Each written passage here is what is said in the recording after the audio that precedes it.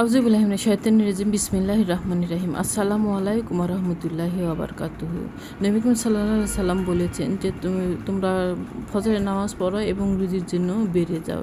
এটি ছেলেদের উপলক্ষে করে বলেছে। তো আমরা মেয়েরা কী করব? হ্যাঁ, আমরা কাজে লেগে যাব নামাজের পর।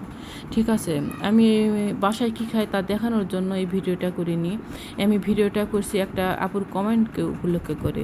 ওই আপুটা লিখছে যে আপু তুমি কিভাবে পারো এই এত রান্নাবাড়ি এত সময়ের মধ্যে কমপ্লিট করছো? তখন বাজে সকাল 9টা। তো আপনিও পারবেন যদি আপনি নবীর সুন্নত অনুযায়ী ঘুমান এবং নবীর সুন্নত অনুযায়ী ঘুম থেকে ওঠেন। আমি কারোর সাথে এখানে প্রতিযোগিতা করতেছি না।